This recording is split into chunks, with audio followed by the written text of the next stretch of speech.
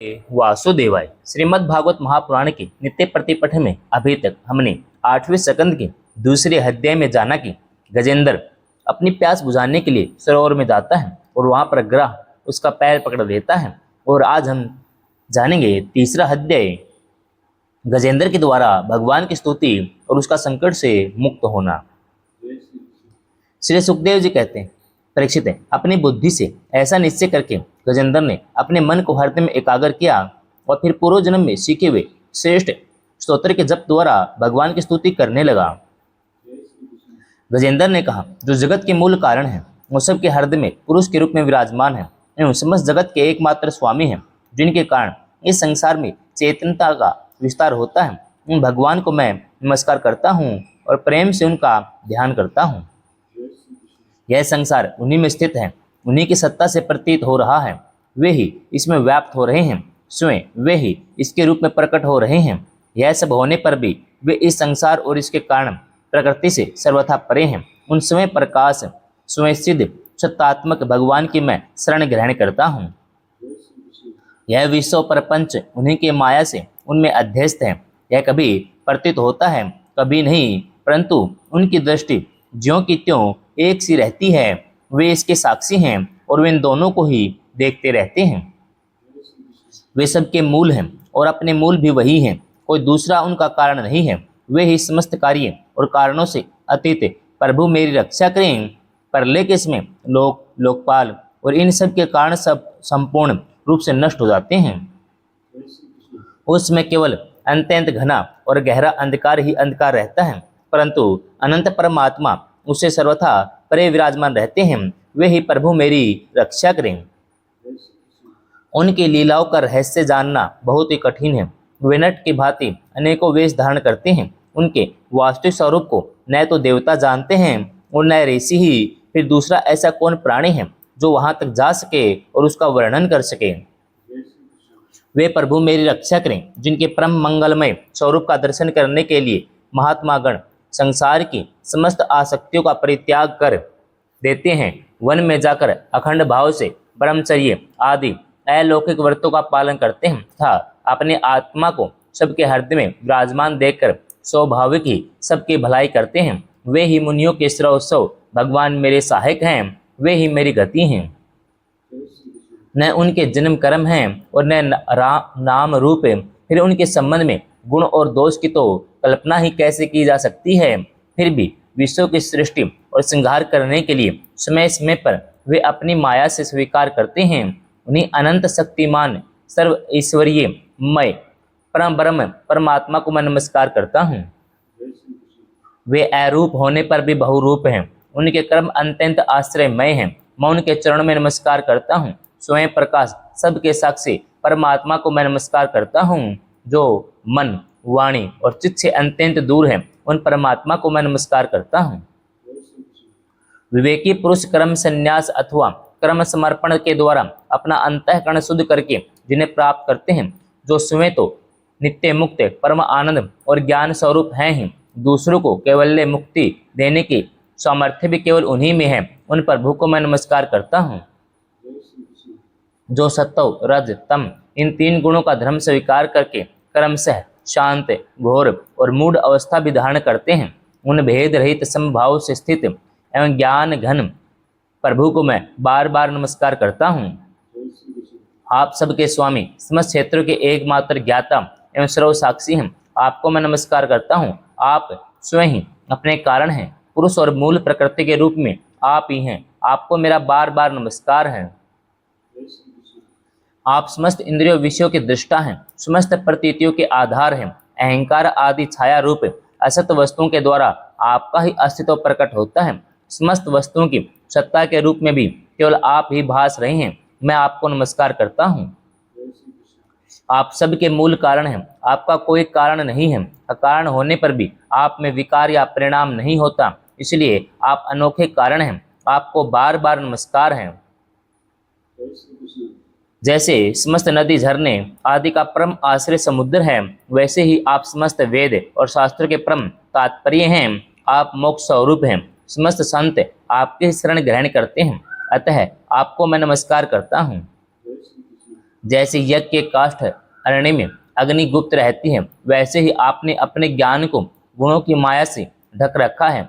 गुणों में शोभ होने पर उनके द्वारा विविध प्रकार की सृष्टि रचना का आप संकल्प करते हैं। जो लोग कर्म संन्यास अथवा कर्म समर्पण के द्वारा आत्म तत्वों की रचना भावना करके वेद शास्त्रों से ऊपर उठ जाते हैं, उनके आत्मा के रूप में आप स्वयं प्रकाशित हो जाते हैं। आपको मैं नमस्कार करता हूँ।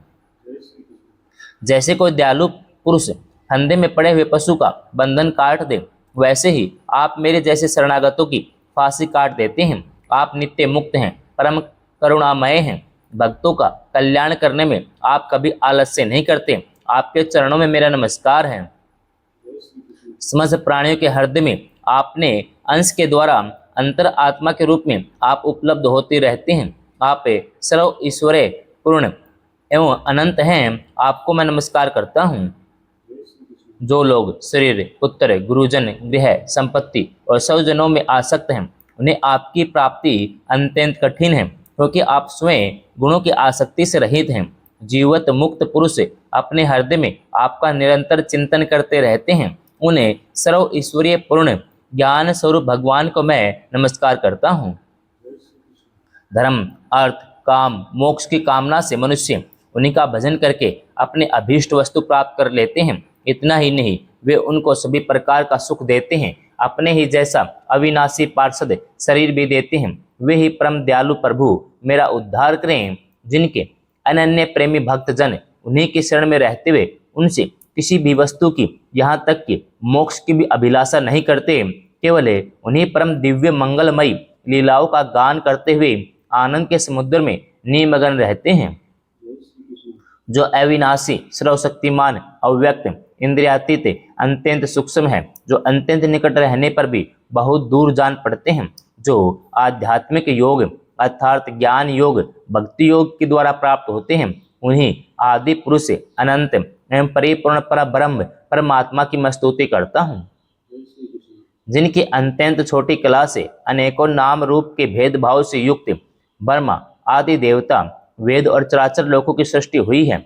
जैसे धधकती हुई आग से लपटें और प्रकाशमान सूर्य से उनकी किरणें बार बार निकलती और लीन होती रहती हैं, वैसे ही जिन समय प्रकाश परमात्मा से बुद्धि, मन, इंद्रिय और शरीर जो गुणों के प्रवाह रूप हैं, बार बार प्रकट होते और लीन हो जाते हैं, वे भगवान न देवता हैं न असुर, वे मनुष्य और पक्षी भी नहीं हैं, न वे स्त्री हैं न पुरुष और न नपुंसक, वे कोई साधारण या असाधारण प्राणी भी नहीं हैं। न वे गुण हैं, न कर्म, न कार्य हैं, न तो कारण ही। उनका सबका निषेध हो जाने पर जो कुछ बच जाता है वही उनका स्वरूप है था। वे ही सब कुछ हैं। वे ही परमात्मा मेरे उद्धार के लिए प्रकट हों। मैं जीना नहीं चाहता। यह हाथी की योनि बाहर और भीतर सब ओर से अज्ञान रूप आवरण के द्वारा ढकी हुई है। इसको रखकर करना ही क्या है। मैं तो आत्म प्रकाश को ढकने वाले उस अज्ञान रूप आवरण से छूटना चाहता हूँ, जो काल कर्म से अपने आप नहीं छूट सकता, जो केवल भगवत कृपा अथवा तत्व ज्ञान के द्वारा ही नष्ट होता है। इसलिए मैं उन पर ब्रह्म परमात्मा के शरण में हूँ, जो विश्व रहित होने पर भी विश्व के रचयिता और विश्व स्वरूप है, साथ ही जो विश्व के अंतर आत्मा के रूप में विश्व रूप सामग्री से क्रीड़ा भी करते रहते हैं। उन अजन्मा परम पद स्वरूप ब्रह्मा को मैं नमस्कार करता हूँ। योगी लोग योग के द्वारा क्रम वासना क्रम फल को भस्म करके अपने योग शुद्ध हृदय में जिन योगेश्वर भगवान का साक्षात्कार करते हैं, उन प्रभु को मैं नमस्कार करता हूँ। प्रभु, आपकी तीन शक्तियों सत्व रज तम के राग आदि वेग असहाय हैं। समस्त इंद्रियों और मन के विषयों के रूप में भी आप ही प्रतीत हो रहे हैं।